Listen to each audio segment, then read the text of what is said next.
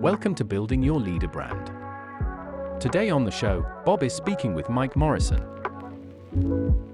I can't work with assholes because assholes damage my mental health. I can't deal with someone who's going to ring me at 11 o'clock at night screaming that the fonts on the website aren't big enough because that screws with my mental health. It's not me being a prick, it's me being careful and protecting myself.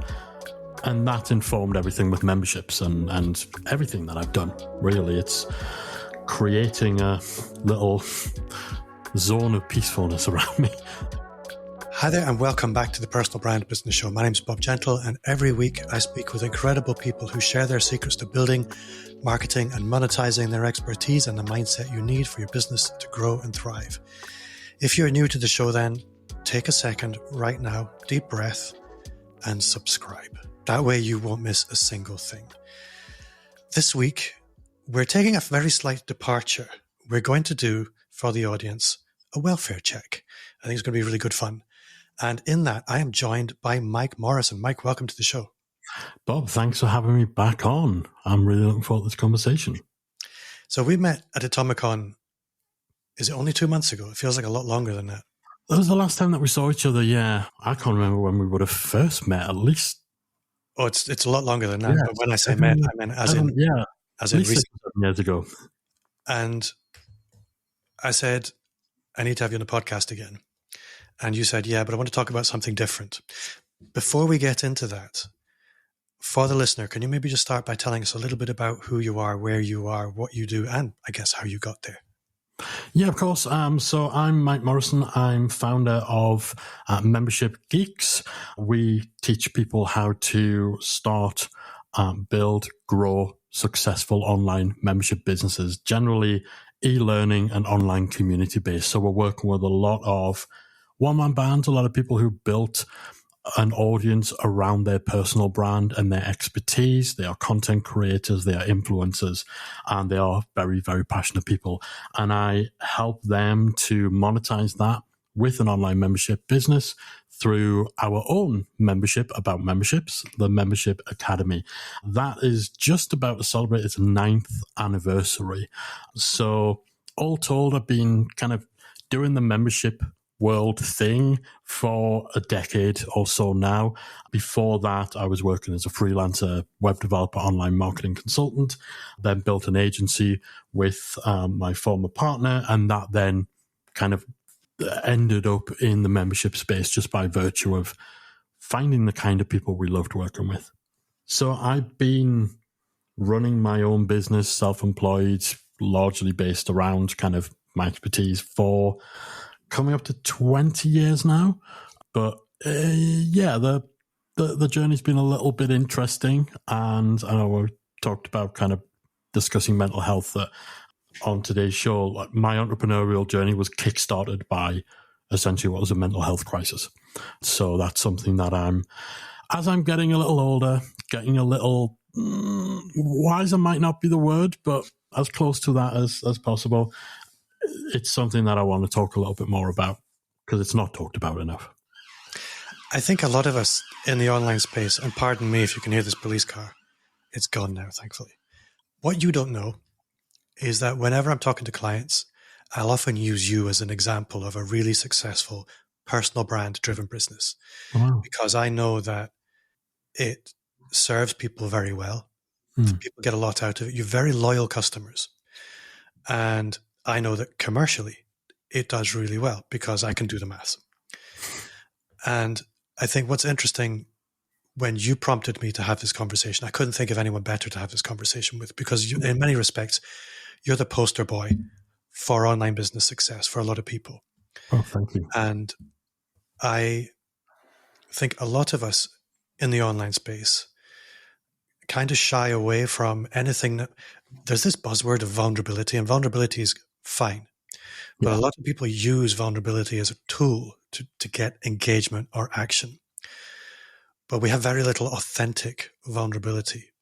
And I think the simple reason for that is our job is to look strong. Our job is to look successful. Our job is to sell what we do and facilitate a transformation for our audience, whatever that is.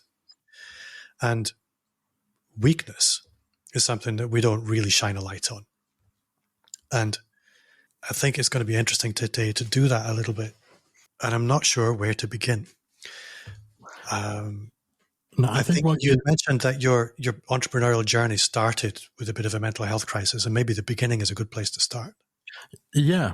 And I think kind of to preface that, what you were saying there about the way in which people use vulnerability as a marketing angle, I think is again a big part of the reason why I'm trying to be more open. Not so much more open. I've been quite open with this, but usually it's a kind of a mental health week, National Mental Health Week awareness special episode of my podcast. It's not something that you put in the forefront, because people who you do see talking about these kind of struggles, a lot of them do it in a way that's essentially prostituting their adversity. And they're not showing genuine vulnerability, because the only reason they share those kind of stories is to contrast it against where they are now. I was in this really tough situation. Look how great I am for overcoming it. And a lot of the time that's inauthentic. I know people who couch surfed for a week and then positioned themselves as someone who used to be homeless. And that's their story. And that can be off-putting, honestly, when you have genuine stories to share, because you don't want to be seen to be prostituting that and exploiting issues other people are facing. But yeah, my journey really started, it was in my mid-20s. It would have been 2004, I believe. I was working in banking. I was a huge banker. Really have to enunciate on that one. I worked in Northern Rock before the financial collapse, and I was really, in my head, happy, successful. Things were moving in the right direction in life, in business. I was engaged to be married. I was living in my first flat, and I was really quickly progressing in my career. I was the youngest person to ever be promoted to a department head in Northern Rock. Didn't really matter that I was like overseeing people who were selling insurance. Like, not exactly the sexiest of worlds, but it was the plan, right? It was the path that you're supposed to follow. This is a trajectory that you're meant to go on. And I just remember one morning, I couldn't get out of bed. Not physically. I just couldn't compel my body, my brain, my anything, the essence of me just didn't want to get out of bed that day. And I didn't understand it. I couldn't explain it to my then fiance. We both worked at the same place, so I just kind of, can you call in and tell Carol that I'm not going to make it in today? I don't know. I'm a stomach bug. And so it was just it's a weird day. I don't know what's going on. Never happened before. Same thing the next day, and the next day, and the next day. And it wasn't laziness. It wasn't tiredness. It wasn't anything I'd experienced or could explain. I just couldn't bring myself. And after about 2 weeks of that, and continuing to sink a bit deeper with every day, I had to go to the doctors. Like, I was made to go to the doctors. And he diagnosed me like in a split second with clinical depression, sent me off with a prescription for Prozac, and away we went. And that's where I stayed for about 2 years. I stopped functioning. I completely, not even slowly withdrew from the world or slowly sunk. I was just dropped into this pit, and nothing could change, and nothing was changed. It was just, depression's just a numbing. You're not sad. You don't just need to snap out of it. You don't just need to cheer up. You don't just need to have a good night out. You are just numb to existing and numb to anything close to optimism for the future. This is maybe getting very dark very quick, but you kind of get to a place, and I got to a place where you're kind of just waiting to die, right? You're not thinking, I want to end things. You're just kind of like, oh, well, I'll wait until something happens to me, or, I muster up the motivation to make something happen. You're just passing time in this weird stasis, and nothing was shifting it. Nobody around me understood it. Like, where I'm from a very working class background. Depression was a luxury. Depression was something people in America got. Depression was something you saw on Friends. It would be talked about for an episode. Like, it's not something you got in my village. I think back then, depression was something you had for a day. Oh, he's a bit depressed. It's a bit depressed. Yeah. And even now, people throw that out. I'm feeling a bit depressed. But, and you have to kind of, I think it's if you haven't been there, you don't know. You don't realize actually what depression really, really is. And so for me, I kind of got to a point where I need a distraction. I need something to just keep my brain in some way occupied to the small element to which it would be willing to function. And I'm a gamer, I'm a geek. I got into online gaming at the time, the massively multiplayer online role-playing games, MMORPGs. A bit like World of Warcraft. It wasn't World of Warcraft, but they are designed to basically grind your time away for dozens of hours at a time. And so that's a perfect place for a depressive to escape to. But while I was there, I started to, it's kind of almost, it gives you that false air of being productive. Because a lot of these games, they're built on busy work. Go and find 20 rabbits. Go and kill 50 of these enemies. Repeat. And so, yeah, I got started just throwing myself into those just so I had a different world to exist in. But while I was there, I made friends with this guy from Greece who would occasionally do kind of like an online radio show. Like, he would kind of do like a DJing for the benefit of people in the game. And he'd be talking about things happening in the game, but also just playing music. And he would do it for a few hours, once a night every couple of weeks. And that kind of piqued my interest because I like music and yeah. And so I started doing it with him. And then we kind of turned it into a internet radio station that ended up having 30 or 40 different, DJs around the world. It was broadcasting 24/7, tens of thousands of listeners. We even reached a point where we were getting actually invited to real world events that gaming companies were running because our DJs were becoming kind of known figures. And I was running it. Me and this guy, we ran the thing. We founded it. And suddenly I was like managing this business with 20-something volunteers to be coordinated, and we were attracting sponsors. We started building out a little network of gaming websites and communities and memberships before the concept was really a thing. Started one of the first digital magazines for the gaming world that was getting 250,000 reads per edition. And so I just kind of ended up like building this mini online empire with my friend who I'd made in Greece. And I think that's what started seeping into me a little bit more of actually making me function a bit more. The medication wasn't working.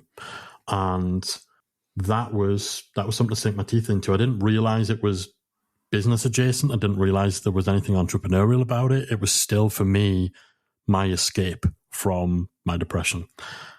And after a couple of years, my employers were very, very understanding.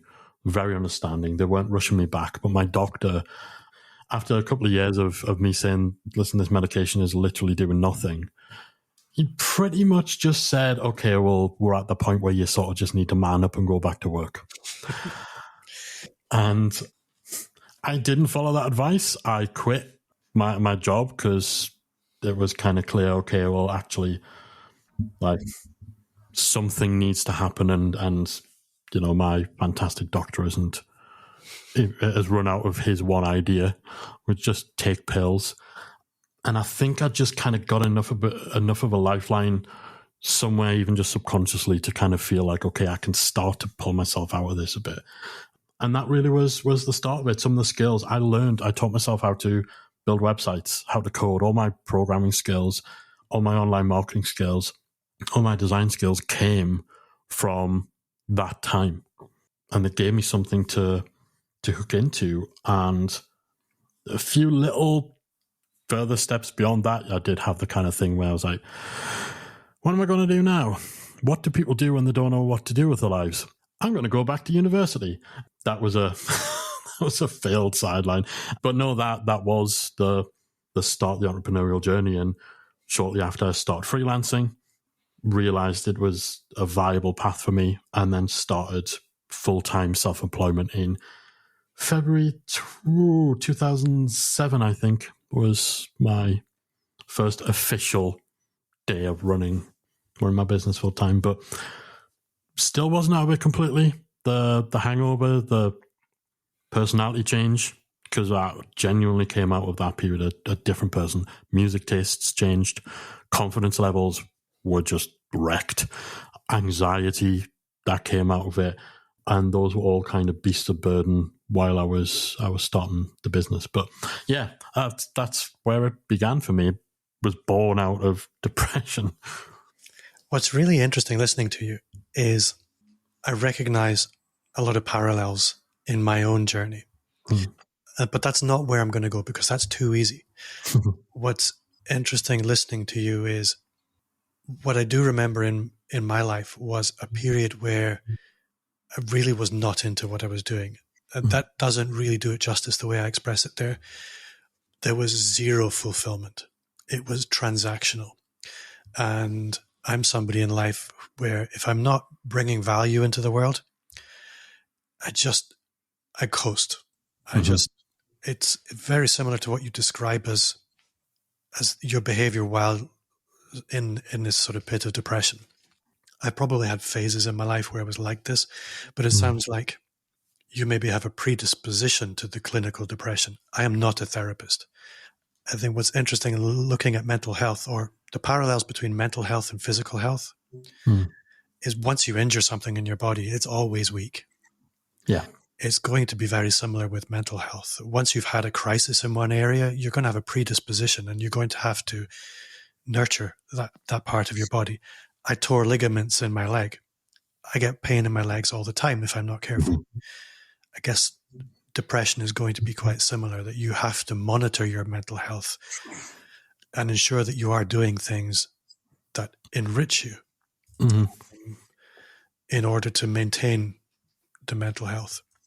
Yeah, it never goes away. And so, it's not even so much kind of like you're always on the verge of it, because I've never had anything like that since.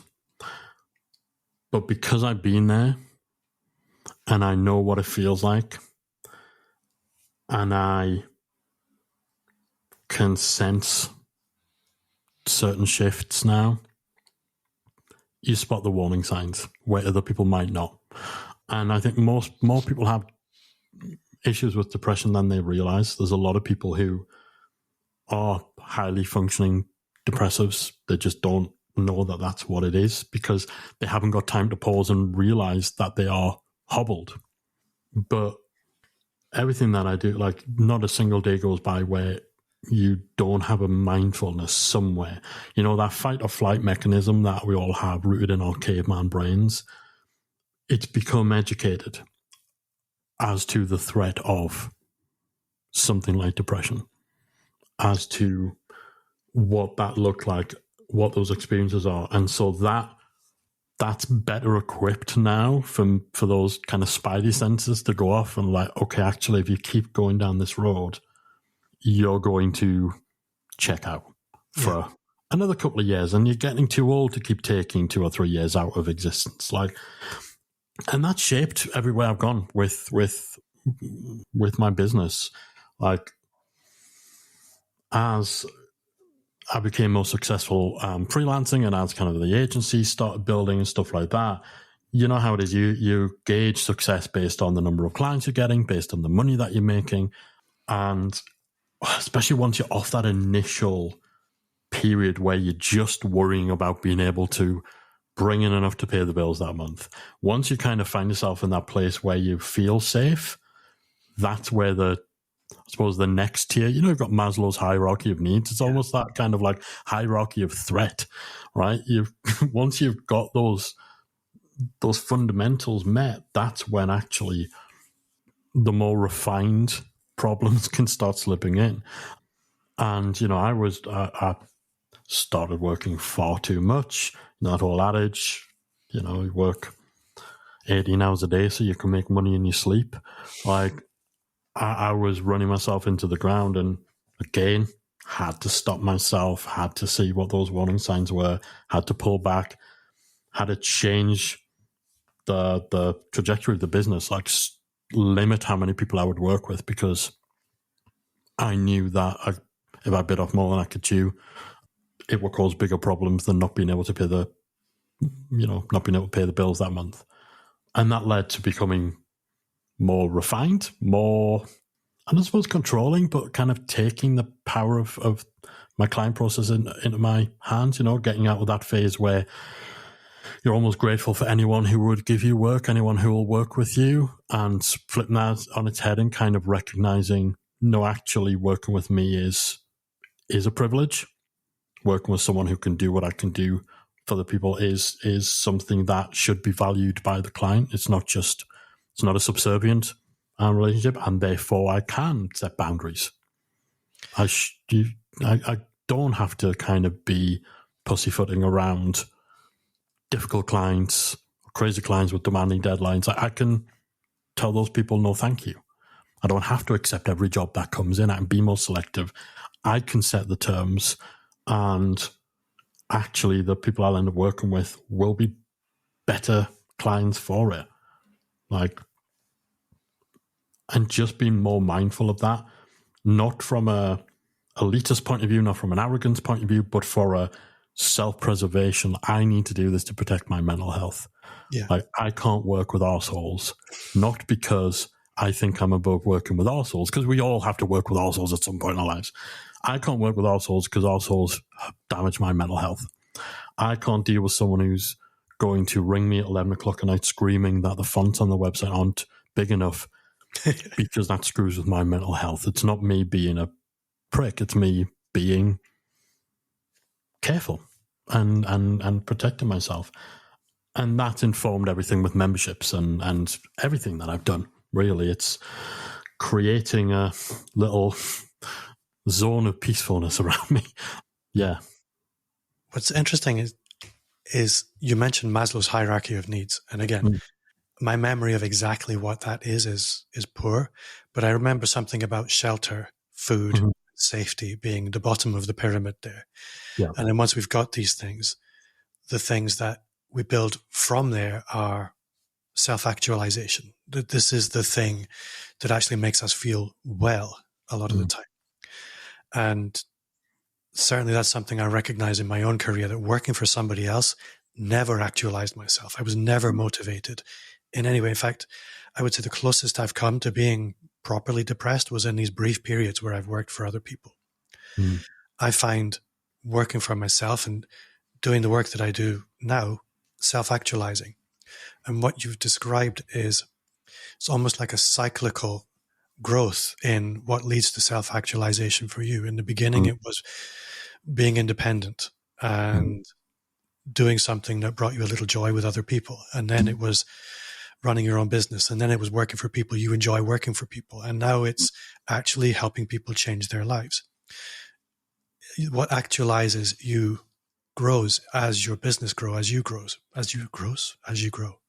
And I think a lot of people would be quite fulfilled by what you were doing at the beginning of your journey.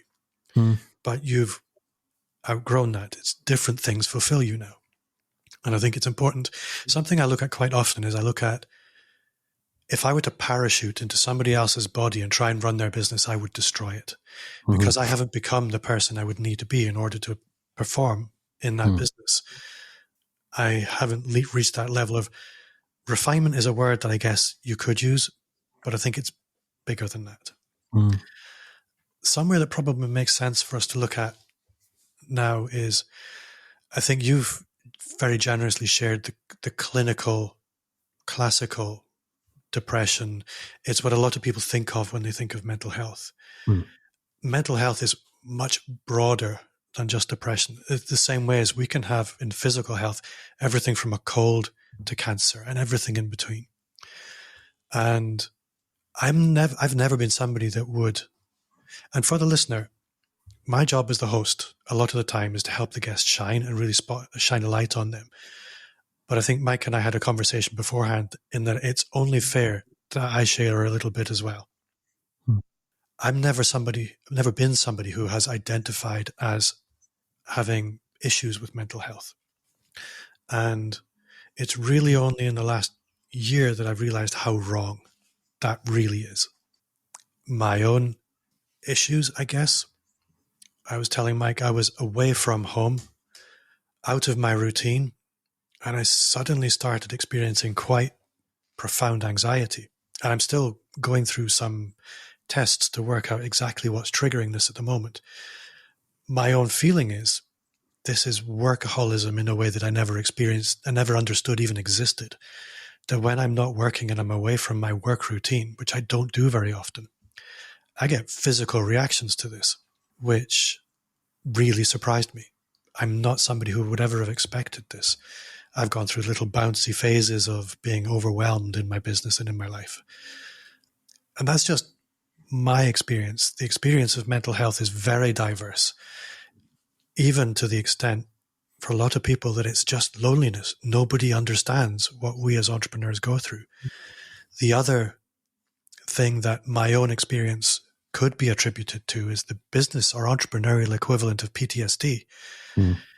You and I have been doing things for the last 20 years that most people don't have to do.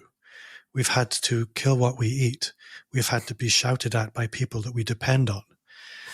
We've had to network with people a lot of the time that we didn't like. We've had to be nice to people we don't like. We've had to compromise our integrity. We've had to do things that we feel quite ashamed of a lot of the time. Being an entrepreneur, as far as the body's concerned, is very similar to spending a decade on a battlefield. The unconscious doesn't know the difference. I say this not to demean anybody that has spent a life in active service on the military. It's simply that psychologically the same processes are at play for a lot of entrepreneurs. I really don't know where I'm going to conclude this particular ramble, but I share this simply to say that mental health is very diverse, and no matter how small your challenges may feel to you, they're absolutely valid. And I think as entrepreneurs, it's important that we catch and spot and share symptoms early so that they don't become dramatic health problems later on. Yeah. And I think as well, the importance of just having these conversations, like people actually talking about this stuff and not feeling that showing weakness diminishes them as a person, diminishes their brand, diminishes their business, because that in and of itself can lead to issues. You know, if you, especially when you're running a personal brand centered business, there's that pressure to always show the best version of yourself. But if you know that there's incongruence there, if you know that when you go out and, you know, you present yourself in a way that makes it look like everything's perfect, if you know that things aren't perfect, because they're probably not, because even the most successful people in the world do not have everything right. They do not necessarily know what they're doing all the time. But if you're feeling that incongruence in your head, that does start to chip away at you. And you start to doubt, and you start to create this chasm between the version of yourself you're putting out there as your personal brand and the version of yourself that you see when you look in the mirror when you are trying to sleep at night. And even though there's nothing wrong with that as such, that can start to fester. And when you throw in things like, I think I'd be amazed if the vast majority of the people listening to this haven't at one point experienced imposter syndrome. Again, that is something that can grow. That can, when combined with other things like feeling like you have to mask in your brand, like the pressures social media puts on you to be polished and glossy and perfect, it all does chip away at you. And even if it doesn't manifest itself as something like depression, something like physical symptoms of anxiety, it will be harming you in some way, whether you're aware of it or not. And I think it's only by having these conversations and encouraging openness around the uncomfortable stuff, the stuff that maybe takes the veneer off how we present ourselves, of actually being comfortable being flawed and vulnerable and human, of like, even around things like imposter syndrome. Genuinely, I'm from a counsellor state. I'm still waiting for somebody to turn up and tell me that a mistake was made and I'm not supposed to have what I have now and take it all away. Genuinely, that's not like, I have to remind myself every single day that I've earned this, and that, not to take it for granted, because it doesn't feel like it's supposed to be mine, because people from where I'm from don't have this. And it doesn't go away. It doesn't go away. You just have to just get comfortable with it and get comfortable having conversations and get comfortable kind of saying, this has been a struggle, without having to find a marketing angle to it. Yeah. Without kind of saying, here's how I overcame depression and here's how you can do it too. I think it is only by having the dialogue, by being more human in what we're doing, that we reduce the chance that stuff does snowball, and the more impactful effect of dealing with mental health, dealing with anxieties, dealing with the cocktail of various things that can go wrong before that starts to actually detrimentally affect our lives and business. I think all of that within the container of you and I, and probably most people listening, trying to make our living in probably the most hazardous and toxic environment on earth, social media and the internet, it exacerbates everything. It isolates us a lot of the time, because you're probably very similar. So for the listener, I moved city 2.5 years ago, something like that. Do you know how many people I know in this city? Two. I know 2 people in this city. That's new. Bubbles going up. I think that's an Apple thing. I spend all day on Zoom. I spend all day on the internet. I am very highly socialized, but I very rarely meet people in person. And that means we're not having the small talk. We're not having the side chat. And that's a big issue. So I'm curious, where do you go? Where do you get support? Who supports you in this? Do you have conversations like this with other people?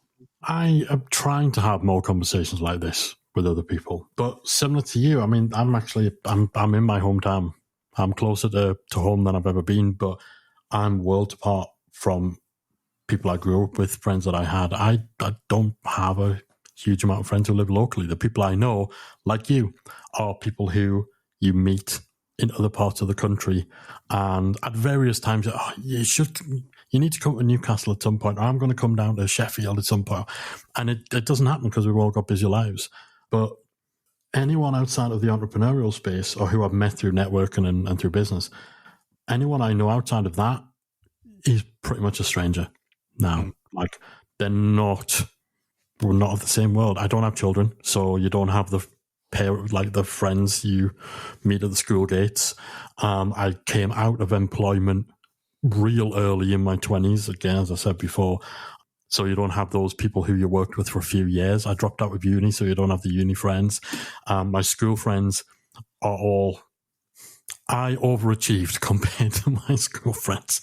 But, it's kind of dead-end jobs in dead-end villages and towns, No, it's conversations like this as and when I can. Kind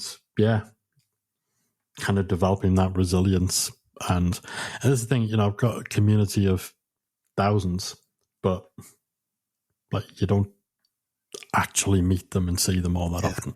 And I try to, anytime I travel, I'll try and get my community together and meet up with them. But no, there's a lot of this is just kind of going it alone.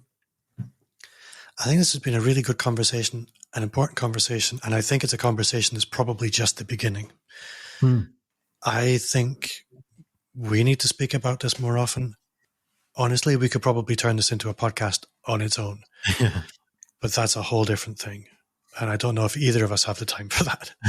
But for the listener today, I hope what they're going to take away from this is that you need to be kind to yourself. Mm-hmm. You need to understand that you're not broken. There's nothing wrong with you, that everything you're experiencing as an entrepreneur, as a struggle, as insecurity, as being overwhelmed, or reaching into the more clinical aspects, is normal. This is just part of being a human. Mm-hmm. And for the more household code equivalents of mental health, it's normal. And if you are somebody that is feeling really in a hard place right now, go and talk to somebody. Go and talk to somebody who gets paid to talk to people and help with these things. Because as Mike found, there is a way through, but you need somebody to accompany you on that journey. And it's right now not going to be either of us. Mike, if people want to connect with you, if they want to go deeper with you, whether that's for membership geeks related junk or anything else, what's your favorite place to hang out online? I'm across social at membership geeks everywhere. Instagram's where I tend to be the most. But yeah, it's funny enough, as you were kind of saying that, I'm thinking obviously we haven't been talking membership stuff so much on today's episode. We went into that last time we were on the show. So I was thinking, should I just give my personal handles? I don't really use social media much on personal accounts anymore. And maybe that's actually that's relevant to what we're talking about. So no, you can catch up with me at membership geeks everywhere. And yeah, I mean, yeah, anyone who wants to share anything that they've been going through privately or publicly, I love having these conversations. I want to have more of these conversations. I think they're important. They don't happen enough. And yeah, more than open to people dropping me a line. And the last question I will ask you, the same question I ask everyone. What's one thing you do now that you wish you'd started 5 years ago? Therapy. Yeah, that was something that was kind of offered to me back in my big depressive period. And I wasn't all that interested. Again, people who were from where I was from and grew up how I grew up didn't have therapists unless, it was relationship counseling or, yeah, therapy wasn't something you had. But I started it about a year ago because I was having really kind of out of nowhere big anxiety spikes, which I'd never really struggled as much with before. And yeah, it's been transformative. So again, like we were saying before, yeah, if you're starting to kind of feel things heading in a certain direction, it genuinely is worth talking to people who are equipped, who have the tools. It's cognitive behavioral therapy that I've been doing as well. So it's literally they have the tools and the activities and the little tricks to help you. But no, that's been a big, big thing for me that I would have loved to have started a bit earlier. Well, I'm really grateful for this conversation today. I feel like I've been trying to have a conversation with my fist in my mouth most of the time because we don't talk about these things very often. And because of that, we're very inarticulate when it comes to mental health. And I certainly was experiencing that today. Probably most people will experience that when they try and talk about their own mental health. And that can be limiting. And I think that's one of the reasons it's really important to get accustomed to talking about it. So Mike Morrison from the Membership Geeks, thank you so much for your time. My absolute pleasure, Bob.